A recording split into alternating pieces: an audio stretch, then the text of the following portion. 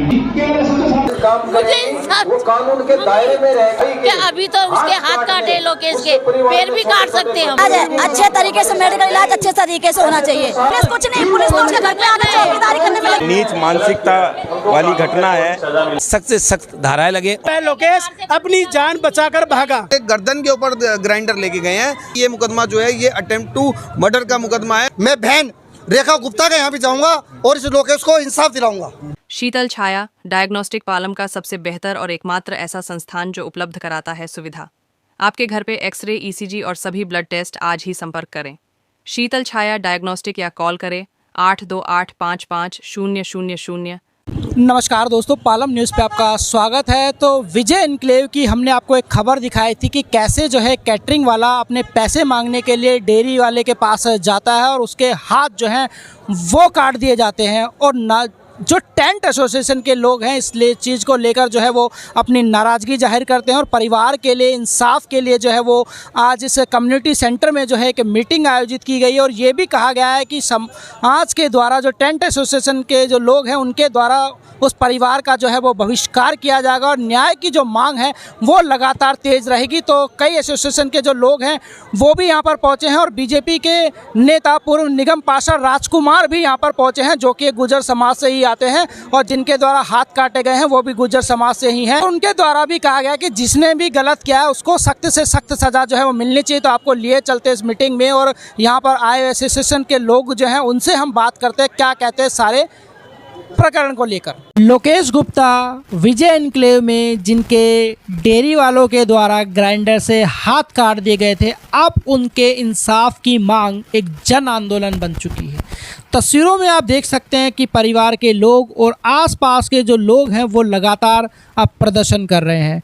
और आज लोकेश गुप्ता को इंसाफ दिलाने के लिए तमाम टेंट एसोसिएशन के जो लोग हैं वो यहाँ पर पहुँचे हैं, जो धार्मिक संगठनों के लोग हैं वो यहाँ पर पहुँचे हैं और लगातार इंसाफ की मांग कर रहे हैं। और इंसाफ के लिए ये सभी लोग जो है वो एकजुट हुए हैं। लोकेश गुप्ता जिसके हाथ काट दिए गए थे डेयरी वालों के द्वारा, वो फ़िलहाल अस्पताल में अपना इलाज करा रहे हैं, जिसका हमने आपसे दिखाया था, उनसे बात भी की थी कि किस तरीके से उनके हाथ जो है वो पे पट्टी बंधी हुई थी और कैसे वो इंसाफ की मांग कर रहे हैं। किन किन लोगों के शामिल होने के बारे में भी उन्होंने बताया था कि कैसे उनके जो हाथ काटे गए और अब ये उनको जो हाथ काटे गए हैं, जो बर्बरता उनके साथ की गई है, उसको लेकर क्षेत्र की जनता में, तमाम टेंट एसोसिएशन के लोगों में, धार्मिक संगठनों में जो है वो कहीं ना कहीं गुस्से का माहौल है। और वो लगातार अब इस जन आंदोलन में उतर चुके हैं और लोकेश गुप्ता के लिए इंसाफ की मांग जो है अब वो लगातार तेज़ हो गई है। तो यहाँ पर तमाम टेंट एसोसिएशन के जो लोग हैं वो यहाँ पर पहुँचे हैं। तमाम क्षेत्र की जनता जो है वो लोकेश गुप्ता को इंसाफ दिलाने के लिए पहुँचे हैं। देखिए वकील परवीन नारायण जो है वो भी यहाँ पर पहुँचे हैं। आपने इनको जो है वो अक्सर देखा होगा, न्याय के लिए लगातार लड़ते रहते हैं। और आपको बता दूँ कि मौके पर SHO सर जो हैं वो भी यहाँ पर पहुँचे हैं लोगों से बात करने के लिए, उन्हें आश्वासन देने के लिए कि उन्हें इंसाफ जो है वो मिलेगा और जो दोषी हैं उनके ऊपर सख्त कार्रवाई की जाएगी। हालांकि लोगों में पुलिस को लेकर भी नाराज़गी है, उसी का आश्वासन देने के लिए यहाँ पर पहुँचे हैं।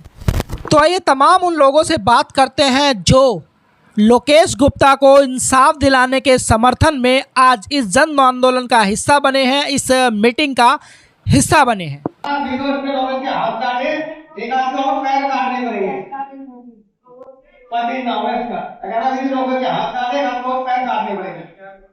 पुलिस प्रशासन से करना चाहते हैं, क्या कुछ अपराध हुआ है? संस्था है, हमारे प्रशासन से हमारी मांग है कि हमें इंसाफ दिया जाए, मेरे बेटे को इंसाफ दिया जाए। जब तक उसका हाथ का इलाज चला उसका इलाज करवाया जाए और मेरे बच्चे, मेरे पोतों की सबकी देख रेख की जाएगा। और क्योंकि हमें डर है, क्योंकि हमें धमकियाँ मिल रही है, धमकियाँ भी मेरे भांजे को मिली है कि अभी तो उसके हाथ काटे लोकेश के, पैर भी भी काट सकते हैं, हम पेड़ भी काट सकते, तो इसलिए हमें प्रदूषण भी चाहिए, हमें प्रदूषण ये चाहिए, क्योंकि मीडिया ही हमारा साथ दे सकती है, आप लोग ही हमें समझ सकते हो। अगर आप हमारा साथ दोगे तो हम ऊपर से ऊपर तक पहुंच सकते हैं, क्योंकि रेखा गुप्ता तक हम जा सकते हैं, हमें जाना है रेखा गुप्ता जी के, वो गुप्ता जी हम भी गुप्ता जी है, हमें आगे तक जाना है, हमें अपने लिए, अपने बच्चे के लिए मुझे इंसाफ चाहिए, मुझे इंसाफ चाहिए अपने बच्चे के लिए, मुझे इंसाफ चाहिए अपने बच्चे, मुझे इंसाफ। कानून के दायरे में रह के लोकतांत्रिक तरीके से करेगी। ऐसा है, हम दोषियों के लिए कड़ी से कड़ी सजा चाहते हैं, उनको सजा मिले और लोकेश का जो इलाज है अच्छे तरीके से, मेडिकल इलाज अच्छे तरीके से होना चाहिए, पूरी सरकार से मांगे। और लोकेश के 2 छोटे छोटे बच्चे हैं, उनका भविष्य खतरे में है, उनका भविष्य के लिए कुछ सोचना चाहिए सरकार को, क्योंकि कमाने वाला इकलौता सदस्य था वो घर में, उसके माँ बाप बूढ़े हैं। मेरे जो जेठ जी हैं वो पैरालाइज हो चुके हैं, उनको 2 बार अटैक पड़ चुका है, उनकी दिमाग की नस उनकी दबी हुई है, कमाने वाला कोई नहीं है घर में, अकेला इकलौता लोकेश था, अब उसके हाथों में कट चुके, कौन खिलाएगा। तो ये सरकार से हमारी मांग है, दोषियों को सजा दे और इस परिवार की सहायता करे, आर्थिक सहायता करे, बच्चों का भविष्य सुधारे। कुछ बड़े नेताओं को भी साथ मिल रहा है, सुनने में तो यही आया हमारे कि ऊपर से दबाव है तभी अस्पताल से छुट्टी दे दी गई है, वरना इतना सीरियस ऑपरेशन हुआ है लड़के का, तो अगले दिन छुट्टी क्यों दे दी? शनिवार को ऑपरेशन हुआ है और संडे को छुट्टी दे दी, इतवार को छुट्टी दे दी, बल्कि जिनके छोटे छोटे चोट लगे वो भर्ती हैं और उनको छुट्टी दे दी। जब उनसे पूछा तो उन्होंने क्या दिया, ऐसा करो किराए पे ना बेड ले लो। तो बताओ, कमाने वाला जो सदस्य जिसके हाथ कट गए वो बेड पे पड़ा है, वो कहाँ से किराया देगा? कौन देगा किराया? उसने लोन पर मकान ले रखा है, उसकी किस्त कौन भरेगा? किराए पे दुकान है, उस दुकान का किराया कौन देगा?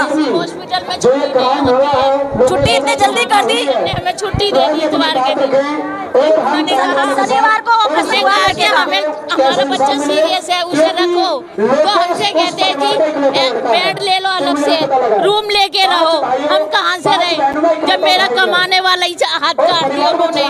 मेरी 5 बेटी है, एक बेटी का वैसे ही ऑपरेशन हो रखा है और मेरे बच्चे के 2 बच्चे छोटे छोटे हैं, मेरी बहू है, मेरा आदमी विकलांग है, पुलिस उसका पैरालाइज हो चुका है, पुलिस कोई कर रही, कुछ नहीं कर रही, पुलिस कुछ नहीं, पुलिस तो उसके घर पे आकर चौकीदारी करने में लगी हुई है, पुलिस मिली हुई है हम लोगों से, पुलिस उन लोगों से मिली हुई है। आप उनके घर जाके देखिए, उनकी चौकीदारी कर रही है, उनका सारा काम चालू है, उनका हमारा सारा काम बंद है, उनका सारा काम चालू है। जो लड़का जेल से छूट के आया वो भी काम कर रहा है, रोजी रोटी उनकी भी चालू है, हमारा काम ठप है, हमारे घर में कोई भी काम नहीं, कोई ढंग से खाना नहीं खा रहा, सब लोगों की हालत खराब है, क्या करें हम लोग? 5 बंदे ने 5, एक बंदे को दिखाया जा रहा है। क्या कहेंगे सुरेश बिहारी जी, कैसा इंसाफ मिलना चाहिए?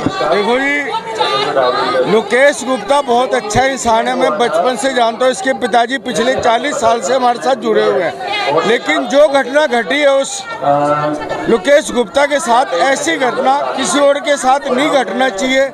हमें तो बड़ा दुख लग रहा है, आज उसके साथ हुआ, कल किसी और टेंट वाले कैटरिंग वाले के साथ ना हो जाए।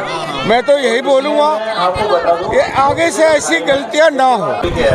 देखिए, ये बहुत दुखद घटना है, एक नीच मानसिकता वाली घटना है, और नवयुवक रामलीला कमेटी ही नहीं, इस परिवार के साथ इस दुख की घड़ी में सारी धार्मिक संस्थाएं तन मन धन तीनों से इनके साथ हैं। इनकी न्याय की लड़ाई में हम साथ रहेंगे, चाहे इसके लिए हमें कहीं तक भी जाना पड़े। सिर्फ टेंट एसोसिएशन ही नहीं, नवयुवक रामलीला कमेटी और तमाम धार्मिक संस्थाएं इस परिवार के साथ खड़ी है और साथ खड़ी रहेगी। आप भी बताओ, हमारे को ये बताओ कि हमारे आदमी लोग कहीं बाहर नहीं जाएंगे कमाने, इनके डर के मारे आज वो एक को धमकी दे रहे। हमारे तो इतने सबके परिवार के बाहर जाते हैं, वैसे काम होगा? आपने एक का तो काट दिया, दूसरे को आपने धमकी दी, आपने सुधीर भाई साहब का भी हाथ का पैर काटने की धमकी दी। पुलिस क्या सपोर्ट कर रही है? पुलिस ने पहले दिन तो आया हुआ है अंदर, वो आ रखे कुछ बोले, चुप खड़े। उस दिन वो भी उस भीड़ में थे जो उन्होंने कहा सब इंसाफ मिलेगा, सब इंसाफ मिलेगा। क्या धारा लगाई कि डराया जा रहा है, धमकाया जाता तो डराया ही जाता, काटा नहीं जाता यूं करके, और डर नहीं लगेगा। हम लोग रात में बाहर नहीं निकल सकते, हमारे आदमी 12 बजे तक बाहर रहते हैं, हम अपने आदमी को 10 बजे फोन करके बुला रहे हैं, इसी डर के मारे कि भाई क्या करें? आप बताओ, इसी डर के मारे हम अपने आदमी को घर में बुला ले, हमारे बच्चे क्या खाएंगे? बोला हमारे बनियों में तो पूरा डर बनाने की जिम्मेदारी है। डर तो लगेगा ही ना। कह रहे कहा था अभी तो हाथ काटे पैर काटेंगे, आगे धमकी नहीं क्या है। अब बताओ हम कहाँ जाएंगे, हम तो डगे रहेंगे ऐसे मत करो। हमारे बच्चों का काम है रात को 2 बजे आना 3 बजे आना, कोई टाइम तो नहीं होता है। हलवाई का काम है। मांगे इंसाफ चाहिए, हमें इंसाफ चाहिए। 5 चाहिए, 5 बंदे चाहिए हमारे, और कड़ी से कड़ी सजा चाहिए। कड़ी सजा हो, ये नहीं कि एकदम ऐसे बंद है वो काम नहीं हो। बताइए कैसे किसी साथ है क्या? किसी का साथ होगा जब तो आइए हिम्मत। क्या पता किसका साथ है। आम आदमी तो कर नहीं सकता इतनी, आम आदमी ये हरकतें नहीं कर सकता। उनमें इतनी हिम्मत है, एक कांड करके दूसरे कांड की धमकी भी दे रहे हैं। बताओ ऐसे होता है कहीं? उनको ये तो डर होना चाहिए। पुलिस नहीं तो धमकी दी है, अभी तो उससे हाथ काटे, भी तो उससे पैर काटने बाकी रह गए। नहीं सर दी है। हाँ, जो ये धाराएं लगी हैं ये हल्की धाराएं थी, तो हमने वकील साहब भी किया है। तो इस केस की जो एमएलसी के चेक करके इन पे सख्त से सख्त धाराएं लगे और सख्त से सख्त सज़ा मिले। तो आज हमारी सब यही डिमांड है कि हमारे लोकेश भाई को न्याय मिले। तो आज हम इसीलिए सब इकट्ठे हुए थे और आज हमारे मीटिंग में यही फैसला लिया। टेंट एसोसिएशन ने उस परिवार का बहिष्कार शुरू कर दिया है करना? हाँ बिल्कुल, आज से ही प्रण किया है कि उस परिवार में कोई भी टेंट नहीं लगाएगा। हमारी ऑल इंडिया वेलफेयर एसोसिएशन ने भी एक सर्कुलर निकाला है, दिल्ली एसोसिएशन में निकाला है, और हमारी पालम द्वारका एसोसिएशन जिसका मैं प्रेसिडेंट हूँ, उनके घर में परिवार में टेंट नहीं लगाएगा जी।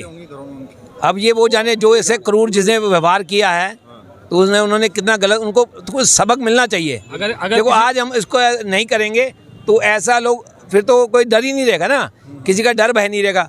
तो एक व्यापारी समाज को एक आश्वासन मिले और एक और डर जो है उनको भी पता लगे कि हमने आज ऐसा किया तो आज हमारे साथ ऐसा हुआ। अच्छा, वो परिवार वाले थोड़े कह रहे हैं कि जो है 3 ही फोटो आप लोगों ने लगाई, वो भी कह रहे हैं कि जो है सबकी फोटो नहीं लगाई गई। अरे हमारे पास एसोसिएशन ने जो प्रोग्राम आज किया, देखो हमारे पास जो खबर आई थी, हमें 3 लोगों का जो मेन है, लोकेश से भी बात हुई थी, बाकी लोग और साथ थे, लेकिन जो मेन काम करने वाले वो जो 3 लोग थे, हमने अभी तो उन तीनों की फ़ोटो लगाई। लेकिन एफआईआर में सबका नाम आया हुआ है, सब पे कार्रवाई होगी। आज हमने एसएचओ से भी यही बात की है कि जो और भी साथ थे उनको भी कार्रवाई हो, उनके ऊपर भी। तो आज इसी सब विषयों में हमने बात की है। और पूरी टेंट एसोसिएशन पूरी, और हमारी धार्मिक कमेटियाँ, हमारी दशरथपुर रामलीला कमेटी उसका भी मैं प्रधान हूँ, तो वो भी दुर्गा पार्क जो नवयुवक रामलीला कमेटी है वो भी, हमारे कई श्याम मंडल आए हुए थे आज, हमारी कई ऐसे वैश्य समाज के प्रधान आए हुए थे। तो आज बहुत से लोग आए हुए थे और जिनको हमने एकत्रित किया और हमारे एक आह्वान पे सभी लोग आए। तो एक बहुत बड़ा प्रभाव हम पड़ेगा और आप लोगों के माध्यम से हम और ज़्यादा ये चाहते हैं कि आप लोगों को इस विषय को उठाओ और पूरा न्याय दिलाओ। को ले जा करके पहले सीएम ऑफिस गया हूँ मैं रेखा गुप्ता जी के पास, और लेटर देखा उन्होंने हमारे को बुधवार को बुलाया। तो ये परिवार मेरे साथ में और मैं इनके साथ में बुधवार को जाएंगे हम। परिवार भी और कह रहा है कि आपने 3 ही फोटो लगाई हैं, उसमें 4-5 लोग शामिल। देखिए जो हमारे को सुनिए, जिन लोगों को हमारी फोटो अवेलेबल हुई कि हाँ भाई इन लोगों की मिली, उन लोगों की फोटो हमने लगा दी। उन लोगों को हम जानते नहीं तो उनकी कैसे लगाते हैं। और क्या मांग कर रहे हैं? हम मांग ये कर रहे हैं कि सभी टेंट एसोसिएशन वाले कि कभी भी भविष्य में ऐसी दुर्घटना किसी के साथ में ना हो। हमारी यही डिमांड है कि भविष्य के अंदर टेंट से जुड़े, चाहे फूल वाला हो, जनरेटर वाला हो, वेटर हो, चाहे कोई भी हो, क्योंकि हमारा काम जो है दिन रात का है, 24 घंटे हम लोग बाहर रहते हैं। और मैं तो ये पहले भी बोल रहा हूँ, फिर कह रहा हूँ, मैं टेंट वाले ने अगर काम किया, किसी भी पार्टी का काम 1 का था, 1 लाख का था या 10 लाख का था, शुरू में हमें केवल 5,000 या 10,000 एडवांस मिलते हैं, बाकी की रकम हमारी बकाया रहती है। यदि हमारे से कोई काम गलत हो जाता है या फिर हमारा सामान किसी कारणवश वहाँ नहीं पहुँच पाता है या किसी प्रकार से लेट काम हो जाता है, तो मैं ये पूछना चाह रहा हूँ, क्या कोई अपने घर पे बुलाकर किसी टेंट वाले या किसी लेबर के हाथ पांव बांध करके क्या ग्राइंडर से काट सकता है? और मेरे को तो सुनने में ये भी आया था कि जब उसके ग्राइंडर से हाथ पांव काटे गए तो उसके हाथों जब खून निकला, उसको दर्द हुआ, उसकी चीख सुन करके वहाँ की महिलाएं बाहर निकली। उनकी महिला बाहर निकली जब उन्होंने गेट बंद करा था। उनकी महिलाओं ने बाहर निकल के उसकी रस्सी काटी, जब वह लोकेश अपनी जान बचाकर भागा। और उसके बाद जब पता लगा 8:30-9 बजे के बाद ये घटना है, हम लोग इनके घर पर पहुंचे और 11:30 बजे तक वहाँ पहुंचे। उसके बाद से हम टेंट एसोसिएशन वालों ने निर्णय लिया कि आज उस व्यक्ति के साथ में, हमारे भाई के साथ में हुआ है, कल को किसी और के साथ हो सकता है। आप मांग कर रहे हैं क्या जो धाराएं लगाई गई हैं वो सही हैं? बिल्कुल भी वो सही नहीं है। धाराएं बहुत हल्की लगाई गई हैं। सबसे बड़ी बात मैं आपको ये बता दूं कि जो मुकदमा है पूरा वो दबाने की कोशिश की गई है दिल्ली पुलिस से पहले ही दिन से। दिल्ली पुलिस ने बिना कोई चोट देखे, बिना किसी एमएलसी के बेसिस पे आनन फानन में मुकदमा दर्ज कर दिया। जब मुकदमा दर्ज किया तो बहुत ज़्यादा हल्के सेक्शंस के अंदर मुकदमा दर्ज कर दिया। अभी दिल्ली पुलिस ने हमारी सबसे कोर्ट से भी हमारी ये मांग है, कोर्ट में हमने एप्लीकेशंस लगाई हुई हैं। अभी जो ये अपने जो डाबड़ी थाना है, इन्होंने एसएचओ ने 3 लोगों को पकड़ा है। एक इन्होंने मेन एक्यूज को पकड़ा, उसके अलावा 2 नाबालिग हैं।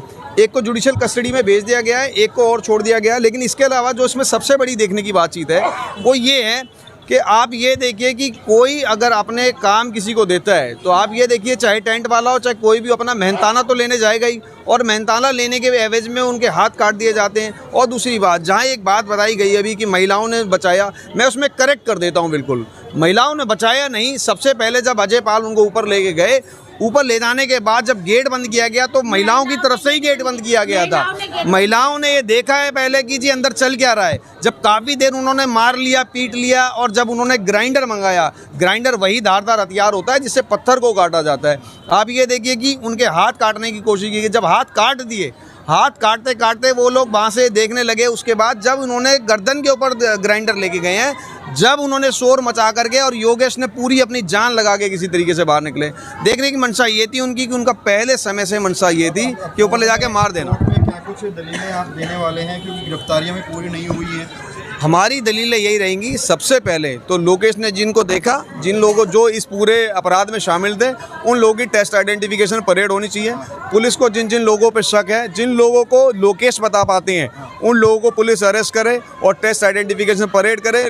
लोकेश उनकी शिनाख्त करे, उसके बाद सारी लोकेश उनको चेक करे कि हाँ ये वही लोग हैं जो अपराध में शामिल थे। और उसके बाद दूसरी चीज़ हमारी ये कोर्ट से गुजारिश भी है साथ साथ कि जो एमएलसी रिपोर्ट है वो एमएलसी रिपोर्ट आने वाली है। एमएलसी रिपोर्ट के बेसिस पे ये चीज़ बिल्कुल इस्टेब्लिश हो रही है कि ये मुकदमा जो है ये अटेम्प्ट टू मर्डर का मुकदमा है, 109-307 का मुकदमा है। इंजरीज हुई हैं वो सारी धारदार हथियार से हुई है, तो इसलिए पहले ही मामला संगीन है, लेकिन उसको हल्का बनाया गया है। आप ये देखिए, अगर हाथ काटने की सिर्फ बात होती तो बात एक अलग थी, लेकिन उसके बाद उनकी गर्दन पे भी हमला किया गया है, गर्दन पे हथियार चला गया है। तो इसीलिए ये 307 और 109 बीएनएस में कन्वर्ट होने का बिल्कुल मैटर है, और इस तरीके के जो लोग हैं इनको बिल्कुल बख्शा जाना नहीं चाहिए। यही मेरी मांग है। किस लिए कहा है? आप वैसे समाज के लोग हो, आपकी कहीं ना कहीं रिश्तेदारियां भी सभी वैसे समाज में होंगी। आपकी बहन बेटियां कहीं ब्याह रखी होंगी, कोई गांव का होगा, कोई चाचा का, कोई फूफा का होगा, कहीं ना कहीं आपस में आपकी रिश्तेदारियां हैं। तो मैं एक गुजर समाज से होने के नाते मेरी भी कोई ना कोई रिश्तेदारियां जुड़ी होंगी। उन्होंने जो नाम लिया है कि राजकुमार पूर्व पार्षद है, आइए वकील साहब, राजकुमार पूर्व पार्षद है। अरे भाई, राजकुमार पूर्व पार्षद, राजकुमार गुजर उस समय था जब तक चुनाव नहीं लड़ा था। चुनाव लड़ने के बाद राजकुमार सबका बेटा है, एक इंडिविजुअल किसी बिरादरी या किसी समाज का बेटा नहीं है। उन्होंने जो निंदा की है बोरी घोर, बहुत जिसका कोई वर्णन नहीं किया जाए ऐसी गंदी निंदा की है। और मैं तो पुलिस प्रशासन से, डीसीपी से, एसीपी से, और अगर जाना पड़ा तो आप लोगों के साथ में मैं बहन रेखा गुप्ता के यहाँ भी जाऊँगा और इस लोकेश को इंसाफ दिलाऊंगा। आपकी बात हुई है उन लोगों से जिन्होंने ये उन परिवार से आपकी बात हुई? आज तक मेरे पास फ़ोन ही नहीं आया उन लोगों का, मुझे पता ही नहीं है, क्योंकि उन लोगों को, और मेरा तो पहले 36 का आंकड़ा था, वो लोग तो मेरे चुनाव में भी मेरे एंटी थे, मेरा तो उनसे कोई लेना देना नहीं है। मेरा नाम आ गया पूर्व पार्षद होने के नाते, और आज ये पूरा वैश्य समाज यहाँ खड़ा है। अगर मैं चोर होता, अगर कहीं ना कहीं मेरे मन में कोई उनके प्रति या उनके प्रति कोई सद्भावना होती तो मैं आज इस प्रोग्राम में आता क्यों? मैं इस परिवार के साथ खड़ा हूँ, पप्पू भैया खड़े हैं, भाभी जी खड़े हैं, मैं इस परिवार के साथ खड़ा हूँ और उनको कड़ी से कड़ी सजा दिलवाएंगे। जी कड़ी सजा चाहिए। सोशल मीडिया पर लिख रहे हैं कि मुझे कड़ी सजा दी जाएगा। भाभी आगे आ जाओ। ऐसा है जी, रमेश बिदुड़ी तो उनका नाम भी नहीं जानता। रमेश बिदुड़ी सिर्फ राजकुमार को जानते हैं। वो क्षेत्र के लोकप्रिय सांसद थे, वो 10 साल तक रहे हैं, वो तो जानते भी नहीं है कौन अजय पाल है, वो तो उनका नाम भी नहीं जानते। अब देखो, बिरादरी में आपका भी कोई कहिए, आप कोई आता है, आज रेखा गुप्ता बहन, आप में से कितने लोग रेखा बहन को जानते हो? कितने लोग जानते हैं? 1 to 1 कितने लोग मिले हैं? मगर ये तो कहते हैं कि हमारे समाज की बहन रेखा गुप्ता बैठी हुई है। तो इसीलिए किसी ने बोल दिया मीडिया में कि रमेश बिदुड़ी रिश्तेदार हैं। रमेश बिदुड़ी जी को इस मैटर से अवगत मैंने कराया, भाई साहब ऐसे ऐसे बात हुई है, बड़ी घोर निंदा की बात है। तो उन्होंने कहा कि राजकुमार जहाँ मेरी जरूरत पड़े, जहाँ आपको लगे डीसीपी को, एसीपी साहब को या रेखा बहन को बोलना है तो मुझे बताइए, मैं तेरे साथ चलूँगा और मैं उनको कॉल करूँगा। मैं रमेश बिदुड़ी का तो कोई इसमें लेना देना ही नहीं है भाई मेरे। दोबारा से परिवार को धमकियाँ मिल रही हैं। देखो जो दोबारा से धमकियाँ मिल रही है उसके लिए एसएचओ साहब के साथ हम बैठेंगे एक बार। अगर जिसने भी धमकाया है हम उसको बुलाएंगे, उससे बैठ के उससे बात करेंगे क्यों किया और किया है तो भैया उसको सजा दिलाएंगे। अभी तो हाथ काटे, फिर पैर काटे जाएंगे, ऐसे कहा गया है मेरे। और भैया मैं इस दुखद घड़ी में मैं इस परिवार के साथ खड़ा हूँ भैया। जहाँ मुझे लेके चलना है रात को 12 बजे, दिन में 1 बजे, मैं तैयार हूँ भैया, मुझे लेके चलिए आप। नाम क्या है उसका? अभी बता रहा था। मैं अखिल भारतीय महावैश्य सभा दिल्ली प्रांत का अध्यक्ष हूँ।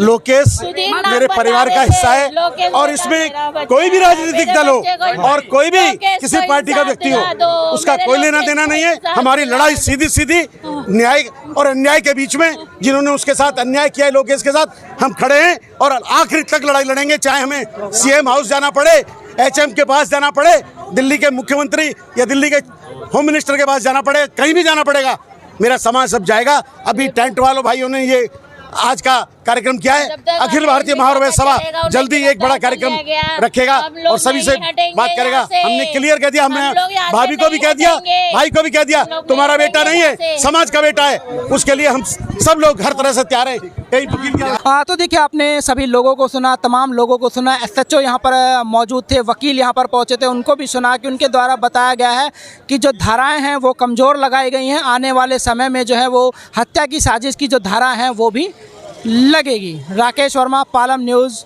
विजय एन्क्लेव।